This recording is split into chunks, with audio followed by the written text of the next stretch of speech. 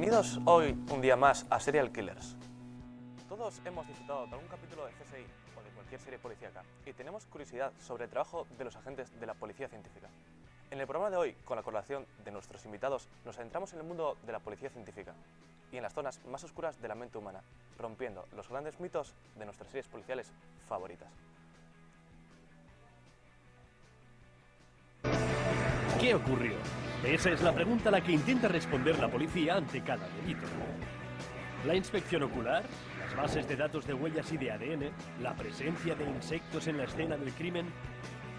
Los forenses tienen cada vez más armas para esclarecer los hechos. La policía científica española cumple 100 años. Con sus agentes conocemos hoy los métodos de trabajo que les han llevado a destacar en Europa en el arte de reconstruir el pasado. La identificación de sospechosos es su especialidad.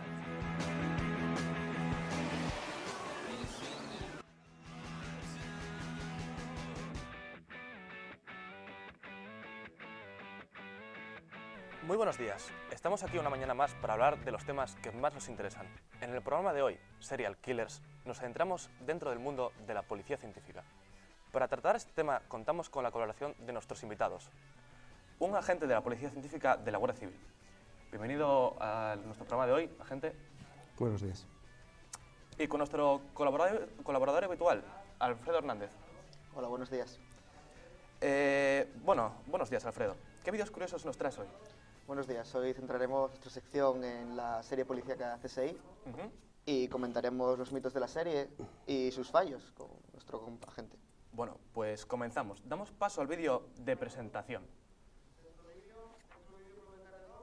Todo criminal deja algo en la escena del crimen y se lleva algo con él. Por muy meticuloso que sea, algún error comete. Y los que se encargan de encontrar estos posibles errores son los agentes de la policía científica. Los investigadores trabajan bajo una premisa simple. Todo contacto deja algún rastro. Y eso es justo lo que van a buscar. La inspección ocular de la escena del crimen es el primer paso en toda investigación policial. En 2011, la Policía Científica Española ha cumplido 100 años. ¿Cuáles son las labores de la Policía Científica? La finalidad principal de la policía científica es la identificación del autor de un crimen. Para ello se utilizan unos estudios técnico-científicos que se realizan a través de las evidencias o las muestras que se recogen dentro del escenario. Por eso es muy importante recogerlas con garantías de conservación para después poder realizar estos estudios, porque si estas pruebas se recogen mal, se conservan mal, los estudios posteriores no se van a poder realizar. Por lo tanto, hay que tener un trabajo muy meticuloso a la hora de recoger. Hay que ser muy estricto y muy meticuloso a la hora de recogerlo, por eso hay que seguir unas pautas. Hay que seguir unas pautas que se tienen que tener siempre muy presentes, porque todo empieza en la inspección técnico ocular. Ahí en eso es donde empieza todo. Lo que ocurre es que después, en función de cada evidencia que tengamos que recoger, por su naturaleza o por su estudio posterior, hay que recogerla de una manera o en un formato. Eso va todo un poco en función sobre el escenario. Y bueno, entonces usted como agente, en concreto, ¿qué labor desempeña? Mi trabajo está en el primer escalafón dentro de lo que es la criminalística. Mi trabajo consiste en llegar al escenario donde se ha cometido un hecho delictivo y realizar la inspección técnico-ocular.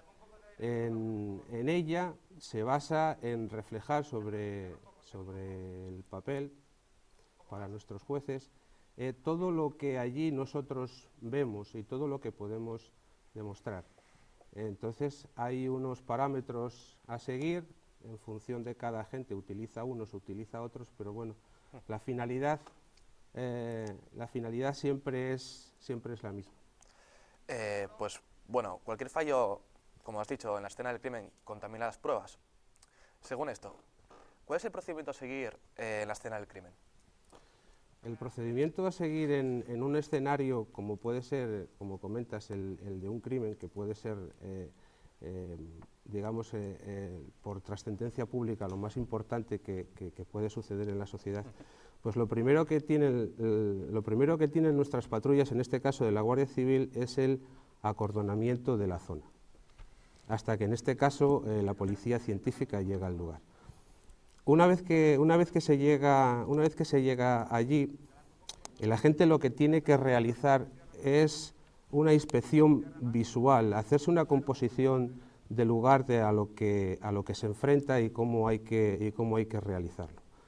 Eso en un primer lugar. Después, lo que hay que crear es una especie de pasillo para que las personas que van a acceder al escenario, como pueden ser los jueces, secretario judicial, los forenses, los mandos policiales, utilicen ese pasillo con la intención de que no se contamine el escenario. Esa es una premisa muy importante, porque si en un escenario cada uno anda por allí pisando y tocando lo que le parece, la curiosidad siempre, pues... después se procede a identificar las muestras que vamos a recoger. Cuando la gente se ha hecho una composición del lugar de lo que allí ha sucedido, entonces tiene que tratar de darse cuenta qué cosas son importantes y qué no. Entonces, con una serie de marcadores vamos marcando las evidencias que necesitamos coger. Como en CSI, por ejemplo, los míticos conos Exactamente, los típicos conos, generalmente en la Guardia Civil son amarillos, amarillos reflectantes con los números o las letras en negro. Entonces lo identificamos para saber qué evidencia tenemos en cada lugar. Seguidamente se procede a la fotografía. Hoy en día la fotografía digital nos aporta una facilidad de representación muy importante, porque puedes hacer infinidad de fotografías y luego desecharlas. Entonces, se fotografía todo el escenario, bien fotografías panorámicas, es decir, generales, donde ubiques todas las evidencias, y después se van haciendo fotografías de detalle de todas las evidencias. Eso es muy importante. Tener una composición del lugar de donde tienes todo lo que después vas a recoger para estudiar. Y después hay que tomar una serie de medidas en el escenario, tomando unos puntos de referencia, por si acaso, no en todos los casos es necesario, hay que realizar un plano o un croquis a medida o a escala. Entonces, no siempre es necesario hacerlo, hoy en día con la fotografía digital, pero siempre hay que tomarlo. Y después se procede a la recogida de esas evidencias. Una vez que están identificadas, numeradas y fotografiadas, se recogen. Cada evidencia hay que recogerla en función de su naturaleza, es decir, hay evidencias que son de una manera y hay que recogerlas, o sea, hablamos de evidencias, por ejemplo, biológicas que se pueden estropear, y entonces hay que recogerlas de una manera que, por ejemplo, recoger como puede ser un arma o un cuchillo, hay que recogerla de forma diferente. Y una vez que todas las evidencias ya están levantadas del escenario, es cuando los agentes tenemos libertad de movimiento sin peligro a contaminar por el escenario.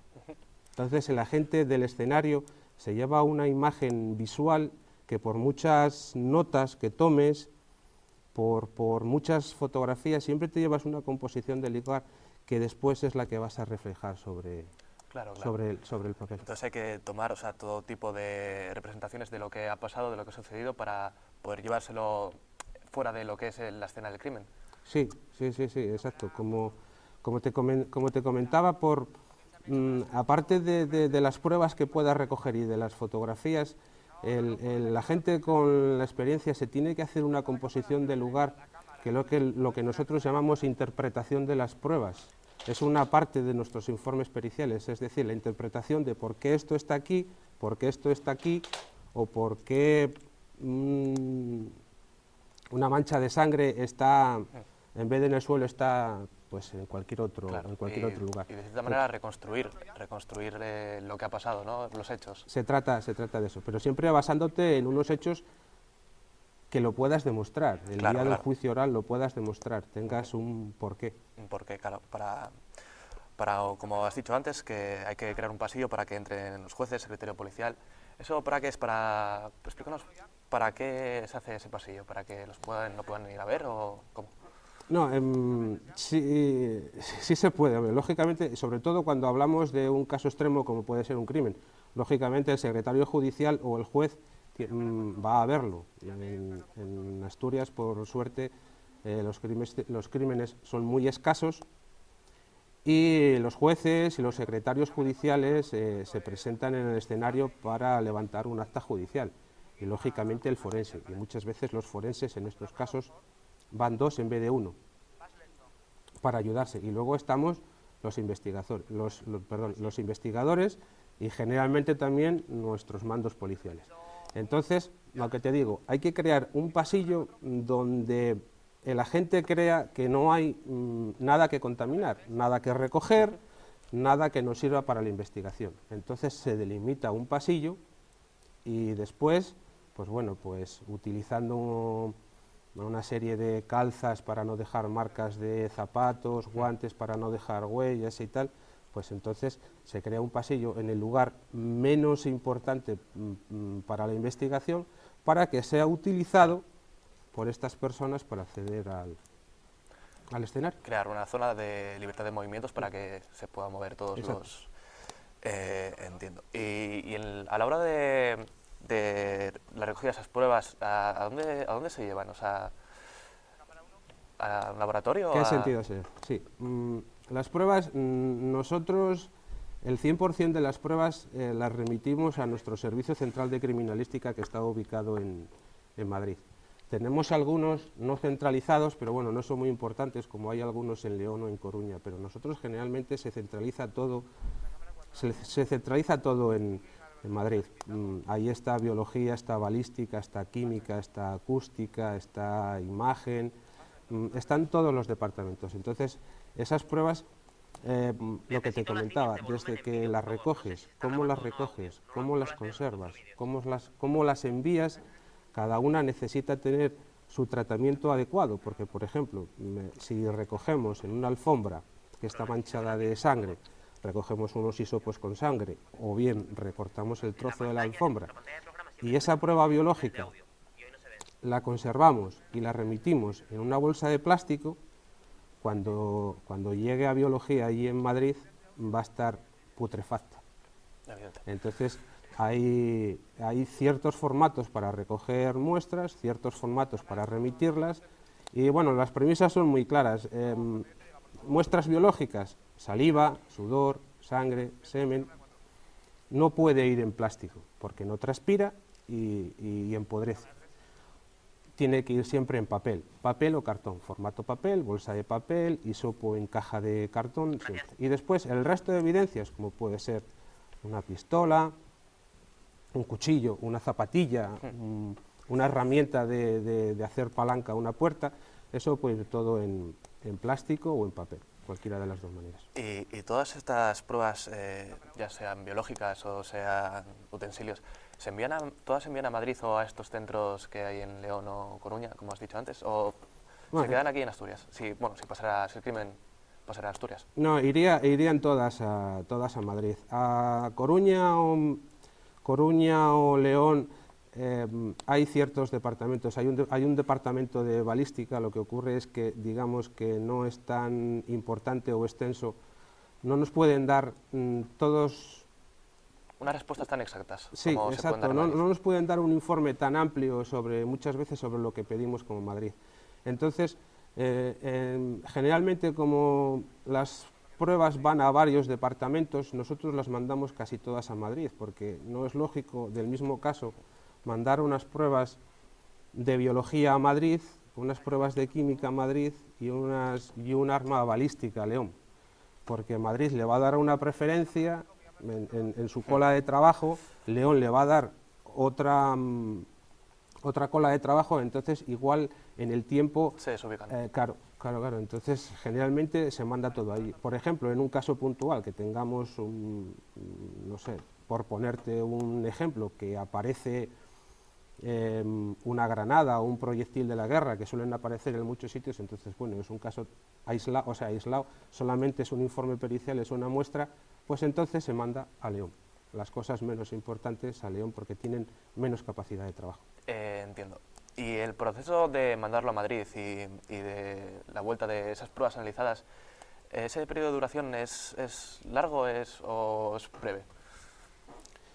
Nosotros tratamos de cuando las recogemos enviarlas lo más pronto posible, es decir, tenemos que hacer la instrucción de la inspección ocular, tenemos que empaquetar todas las pruebas, levantar y realizar en cada prueba su cadena de custodia, que es súper importante. Cada prueba tiene que ir con su cadena de custodia, la cadena de custodia va siempre acompañando a la prueba y tiene que reflejar en todo momento dónde está esa prueba, el agente que la custodia o el departamento donde está, me refiero en departamento de criminalística, dónde está y qué estudios se está realizando sobre él. Entonces, y luego pedir autorización al juez para trasladar todas esas evidencias. Entonces, nosotros lo tratamos de hacer lo más rápido posible para acortar el periodo del informe pericial.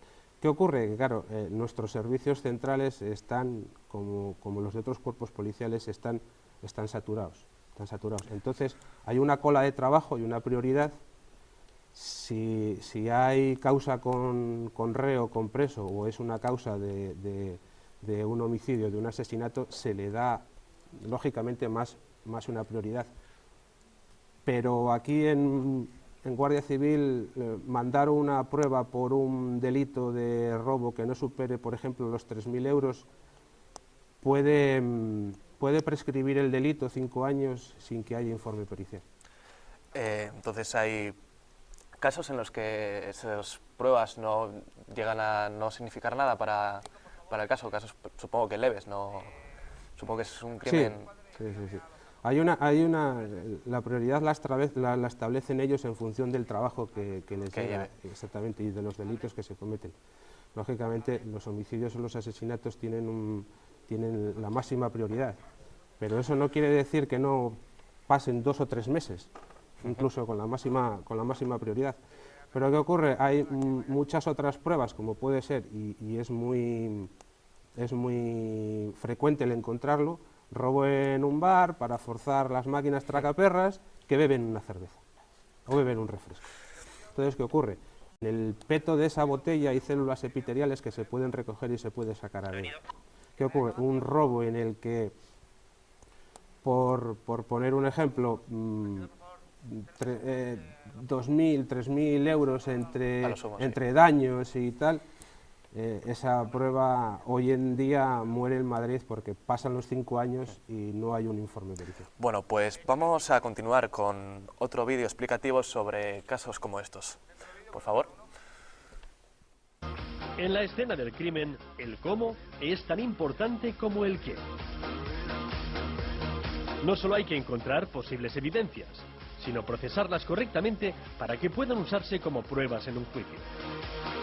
Y el mismo cuidado se sigue en el laboratorio para que la prueba no quede invalidada. En este caso se usan luces de diferente energía para encontrar huellas dactilares que puedan buscarse después en la base de datos de la policía. Esa es la grandeza de la búsqueda. Comparar. Esa es la clave de la policía científica. No existen 2 balas iguales ni 2 huellas dactilares iguales. Tampoco 2 personas tienen el mismo ADN, a no ser que sean gemelos idénticos. Hoy es posible tomar muestras de ADN de rastros invisibles, como por ejemplo la huella de una oreja. Mira. Ahí empiezas a ver. ¿Lo estás viendo? A ver si lo podemos fijar. O sea que han estado escuchando antes de entrar. Pues si había alguien. Pues se ve perfecto. De aquí en la zona de la mejilla posiblemente. Sí, ahí le podemos entonces poner un... Luego le hacemos un frotis, ¿vale? Exacto. El frotis es la técnica que permite recoger los restos de células de la piel. En este caso, de la huella de una oreja en la puerta. En el reconocimiento de la escena del crimen, la evidencia de pruebas es muy importante, pero el modo de procesarlas es lo más relevante de cara al juicio. En la policía científica, ¿cómo realizáis este proceso? El proceso de las pruebas. Yo exactamente no sé el procedimiento que se les da a las pruebas en Madrid una vez que nosotros las entregamos allí. Yo te puedo decir el proceso que nosotros le damos sobre ellas y el que está legalmente establecido. Es decir, cada prueba en su departamento tiene que seguir unas pautas de actuación con ellas de tal manera pues, que no se pudra, que no se contamine, es decir, es diferente un hisopo con saliva en biología que una vaina de un cartucho en balística. Claro. Cada departamento tiene sus pautas de conservación, de estudio, pero eso ya va en función de cada departamento y de cada evidencia. Pone aquí que los policías científicos usan una especie de identikit en el que llevan a la escena del crimen y en el que sacan todo tipo de herramientas para hallar ADN, huellas dactilares. ¿Qué tipo de herramientas se usaría dentro de ese kit? Bueno, lo del kit son diferentes maletines de inspecciones oculares los que tenemos en función de lo que tengamos que buscar. Pero bueno, si empezamos por la búsqueda de huellas dactilares, existen una serie de fijadores en función de la superficie que tengamos que buscar. Claro. Hay fijadores más volátiles que otros, entonces va un poco en función. Los hay de color oro, de color plata, los hay de color naranja, los hay de color verde, para realizar más contraste, pero los más utilizados es el negro y el blanco. Y luego hay dos tipos, los hay mecánicos y los hay magnéticos. Los mecánicos son los típicos que se suelen ver en las escenas de las películas, con el típico pincel tipo bailarina. Sí. Y después hay otros que son magnéticas, se dan con un pincel metálico que tiene polaridad, es decir, se utilizan como si fuera un imán. Tiene partículas mecánicas que son las que se adhieren al sudor, que es lo que dejamos. Eso en el escenario de un crimen. Después en el laboratorio tenemos lo que llamamos la urna de cianocrilato. Nosotros tenemos una pequeñita, a nivel central tiene una grande que cabe hasta un coche, en el cual mediante unos parámetros de humedad rondando el 80%, y después con una fuente de calor que se aplica sobre cianocrilato, que es se parece en un 80% al Octite o al Superglue 3. Entonces, con esas condiciones de humedad y aplicándole una fuerza de calor al cianocrilato, se evapora y hace que se adhiera sobre los elementos que hemos metido en esa urna. Se le llega a dar una temperatura entre 170 y 180 grados, entonces que con esa temperatura y con la volatilidad del cianocrilato hace que se adhiera a las huellas dactilares, haciéndolas visibles a simple vista. Entonces después, mediante un extractor, se extrae todo el cianocrilato y esos objetos generalmente a simple vista se ven las huellas, y después con los fijadores que yo te digo, pues es un método muy importante, pero eso ya es dentro del laboratorio. Y bueno, vamos ahora a dar paso a nuestro colaborador, Alfredo Hernández, con su habitual sección de vídeos. Por favor, dentro vídeo.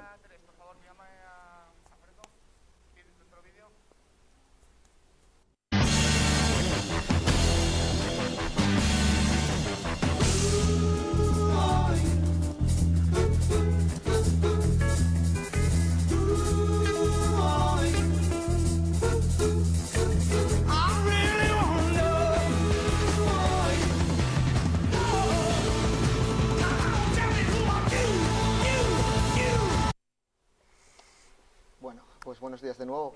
Como ya comenté antes, nuestra sección de vídeos de hoy tratará sobre los mitos de la serie policial más vista, CSI. Y bueno, sobre todo para nuestro invitado de hoy, unas preguntas que ha dejado nuestra gente en la web. Hemos elegido algunas de ellas. Y bueno, la primera sería la más obvia, la que más ha dejado a la gente, que es si existe el crimen perfecto. Yo, bajo mi experiencia, no sé si existe el crimen perfecto o no existe. Lo que sí sé que hay crímenes que las ciencias forenses por sí solas no pueden identificar al autor. Es decir, hay otras investigaciones, hay unas investigaciones que son las nuestras, que son las forenses, y luego hay otras investigaciones que son de calle, las llevan otros compañeros. Es decir, la investigación del entorno de la víctima, personal, familiar, profesional. Entonces, hay casos en los que no encuentras una evidencia que llevarte, no encuentras un resquicio que analizar, no encuentras una huella, no encuentras nada. Entonces, no sé, yo no me atrevería a aseverar de que existe el crimen perfecto. Siempre creo que en las ciencias forenses hoy en día hay algunos crímenes o algún tipo de delitos que las ciencias forenses por sí solas no podrían identificar al autor. En caso de las series como CSI, ¿no?, que estamos todo el rato viendo delitos, cada capítulo es un delito, o otro tipo de series que hay ahora en la actualidad que tratan sobre estos temas, ¿creen que los delincuentes puedan tener ideas para cometer sus delitos, saber qué fallos no tener y, no sé, en general? Bien. Yo a veces también las veo. Sí creo que los delincuentes puedan sacar algún tipo de provecho sobre ellas, pero también creo que son los inteligentes. Sí, creo que son los inteligentes los que puedan sacar algún tipo de beneficio, pero también los investigadores podemos sacar algún tipo de beneficio de ellos. Y bueno, nada, es sobre todo eso, que los medios que utilizan en CSI, sobre todo en Las Vegas, hace no mucho se dio un reportaje y no eran los medios reales los que tienen en Las Vegas. Y bueno, saber si existen esos ordenadores que, vamos, que metes cualquier huella y en un segundo ya salieron 20.000 nombres americanos. Bueno, existen, pero no con ese nivel de eficacia que se ve. Lógicamente, en una película en la que dura 45 o 50 minutos le tienen que dar una fluidez para llegar al final del esclarecimiento.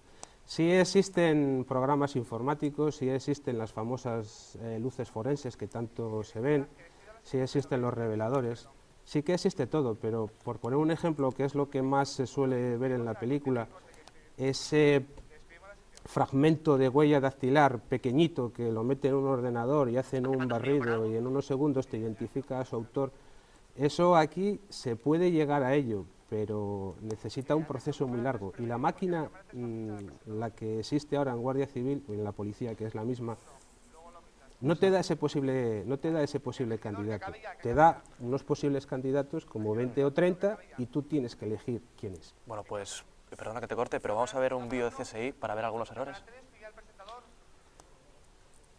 Ah, no. Fredo, continúa con las preguntas.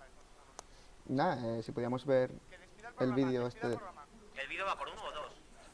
Nada, creo que nos hemos quedado sin tiempo ya, así que... Vídeo de fallos en CSI. Dentro. VTR1. Varios cargos por posesión, pero sobre todo por asalto y agresión. Pues esta vez el agredido ha sido él. Laceraciones en la cara y el labio. He visto un par de uñas desgarradas y le he envuelto las manos. Quizá consiga sacarles algo. Horatio. ¿Qué tenemos ahí? Están húmedas. Puede que de la sustancia que había en la jeringuilla. ¿Cuánto hay? $203. Bueno, pues eso descarta el robo. Alex, ¿sabes la hora de la muerte? Las córneas no están turbias. Entre 1 y 2 horas aproximadamente. Entre las 4 y las 6 de la mañana. O sea que Carl intentaba dar un palo. Necesitaba pasta, pero se equivocó de víctima, ¿no?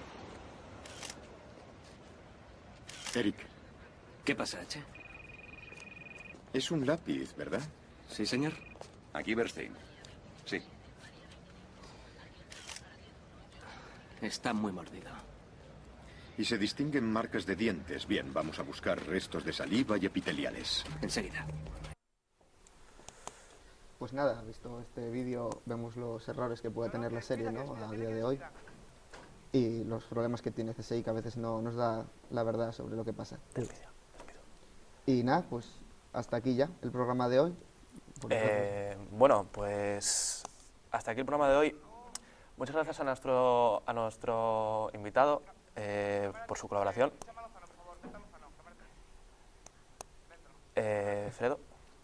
Nada, despide. Para los que se han incorporado ahora al programa... Lozano, mira la cámara. Para los que se han incorporado ahora al programa, hola. A los que nos han seguido durante todo el programa, hasta luego y hasta la próxima semana.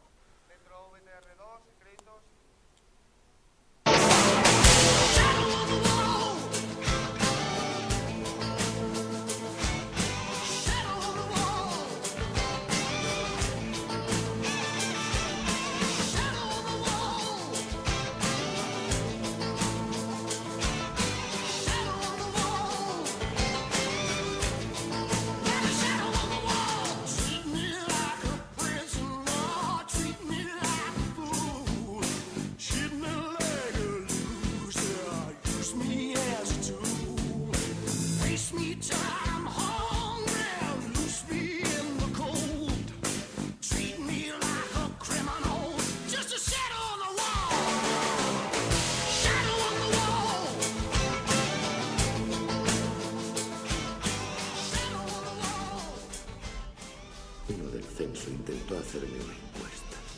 Me comí su hígado, acompañado de habas y un buen kian.